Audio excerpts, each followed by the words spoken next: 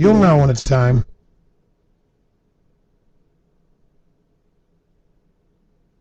You'll know. Moving on. I ain't preaching too much. I could do that too.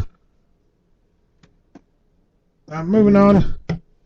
How about a sound check out there, Doc? Got the mobile studio up and running, running off of motel Wi-Fi. Everything seems to be up and running well.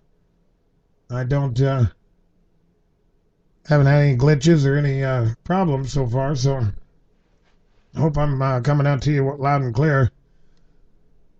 Let's see here. I want to move on.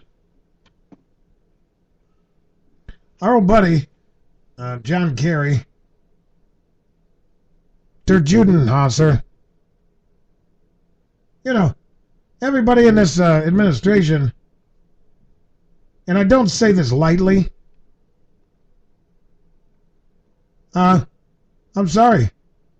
They're de-Judenhassers.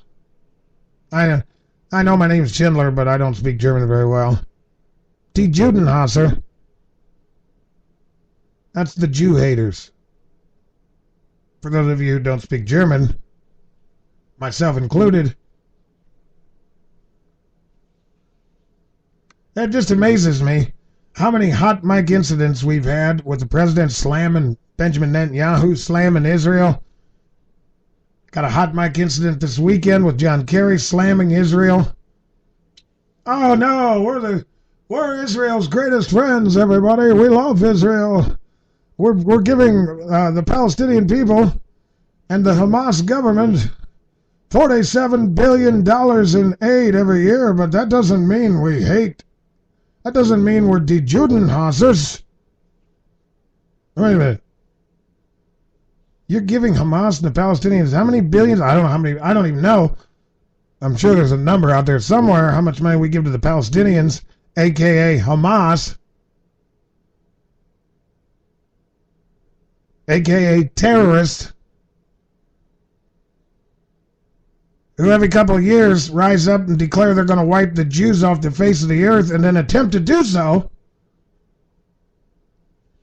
while the self-hating Jews in this country attack Israel. For a disproportionate response, they don't have to shoot, they don't have to kill so many terrorists. They got the Iron Dome protecting them.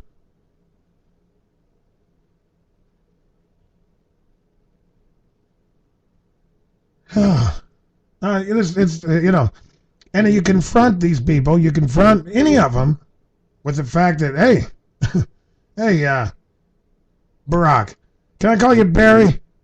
Okay, thanks, Barry. Hey, Barry, why are you a Jew hater? Why are you de-Judenhasser?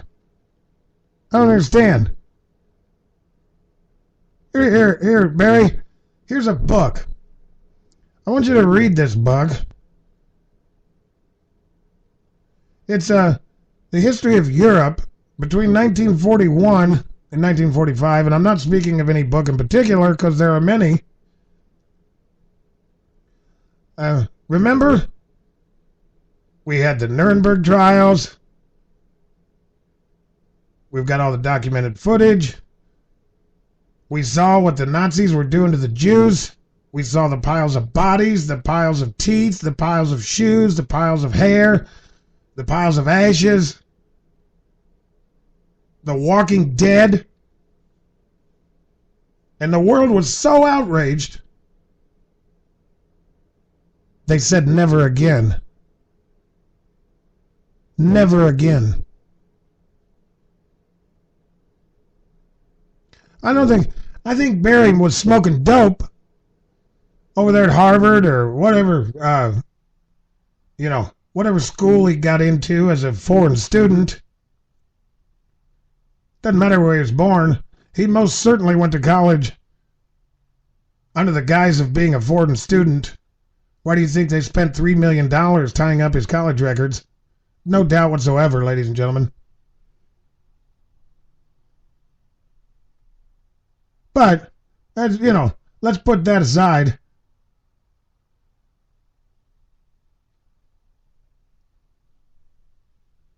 The world was so outraged after World War II, they said, you know what?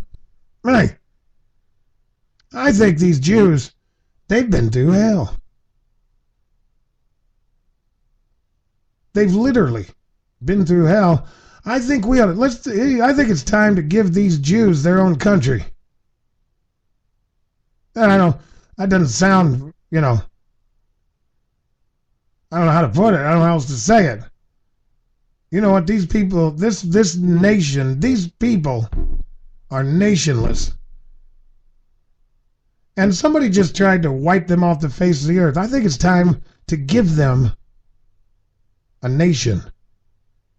And so the world spoke up in one voice and created the nation of Israel. Now, I shouldn't say that. God created the nation of Israel. The world gave it back to him.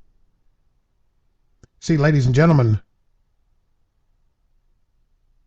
there's no Palestine.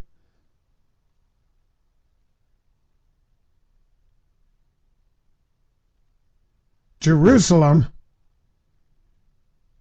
has belonged to the Jews from the word go. God gave the nation of Israel to the Jews. The Arabs stole it from them. So I don't want to hear blah, blah, this, and they're occupiers. No, they're not. They're occupying the country that God gave to them. I don't know, 5,000 years ago. I don't know how many thousands of years ago. 4,000, 4,500, 5,000. I don't know. I'm not a biblical scholar by any means. Nor am I staying in a Holiday Inn Express. By the way, I'm staying at the Clarion Inn here in Columbus, Indiana. Beautiful hotel, nice rooms, nice people. There's more U.S. government license plates in this parking lot than there probably is in, Norfolk, Virginia. But that's cool. See, I know I'm in a good place because it doesn't bother me a bit. In fact, I'm good with it. God bless them. But I digress. Somebody should show this administration a history book. I think Barry was smoking dope or snorting a big fat line. I don't know what he was doing during that, during that semester, but it sure wasn't studying world history.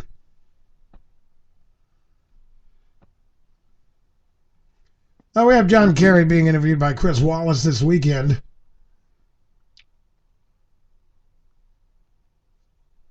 And we have a couple different sound bites for you. One of him and Chris Wallace in a bit of a, they call it a fiery discussion. If you listen to the clip, it's not really a fiery discussion. A little sparring back and forth. But Kerry is such a whiner. He's just like Obama. He's an elitist, spoiled little whiner. He got a Purple Heart, ladies and gentlemen. I don't know if you know, John Kerry served in Vietnam.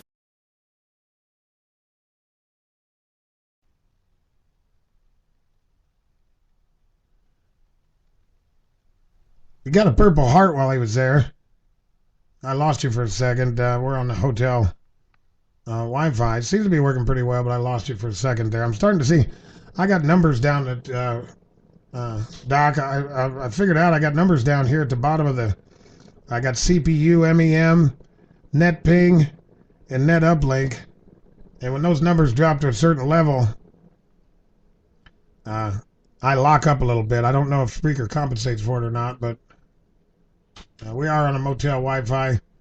Anyhow, John Kerry talking to Chris Wallace on Fox News Sunday.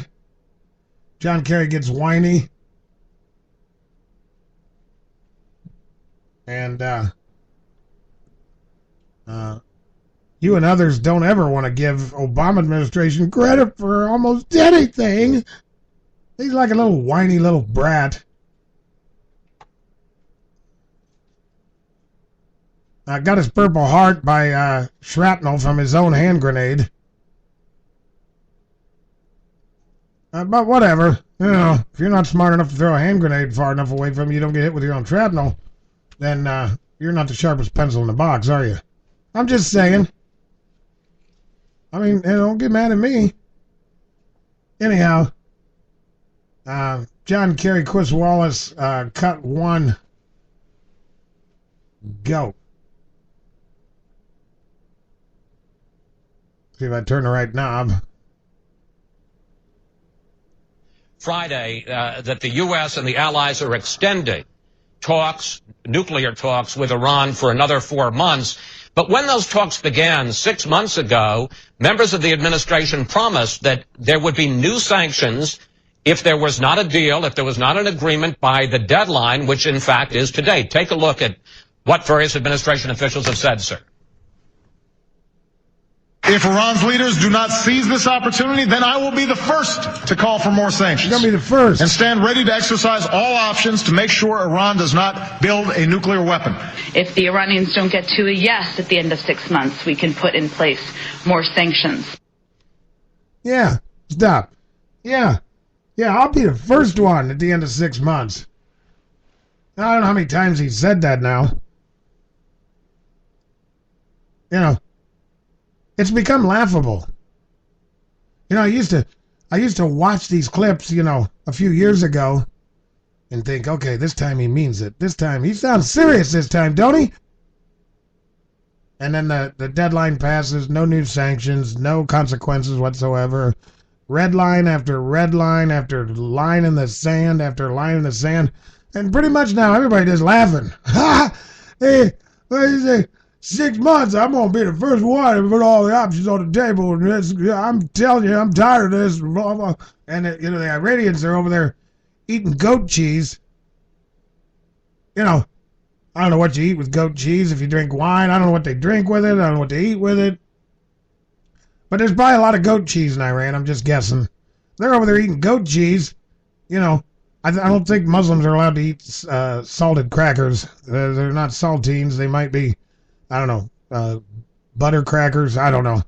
They're eating goat cheese and crackers, laughing, watching clips of Barack Obama talk about how he's going to get tough. If they miss this deadline, by God, I'm better for the first one out there. I'm gonna and this and then when after that, and they're eating goat cheese, dancing to them little cymbals, you know. Just laughing, going crazy. It's a paper tiger. Unless he's attacking conservatives or Tea Partiers, then he's not a paper tiger. He means business. He'll sick the IRS, the EPA, the DEA, the ABCs, the CBS, the NBCs. He'll sick them all on you if you're conservative. If you're an Iranian building nuclear weapons, you might as well have some goat cheese and keep on refining uranium. Because, you know, he's not going to do anything. Carry on. Let's hear Doofus's response. Yeah, I said it. He's a moron. John Kerry, the catch-up moron. Cut one, continue. But Secretary Kerry, and that last person was your spokesman, Jen Psaki, but instead of sanctions, Iran is going to get $2.8 billion more in assets that we have frozen instead of sanctions, even though there's no deal, and they continue. Missed the deadline. They missed the deadline. They're going to get $2.8 billion for missing this deadline. When 6 months ago, President said, if they miss this deadline, I'll be the first one calling for sanctions. I'll be the first one keeping all options on the table to make sure Iran doesn't get a nuclear bomb. 6 months later, they missed the deadline. He's going to give them $2.8 billion.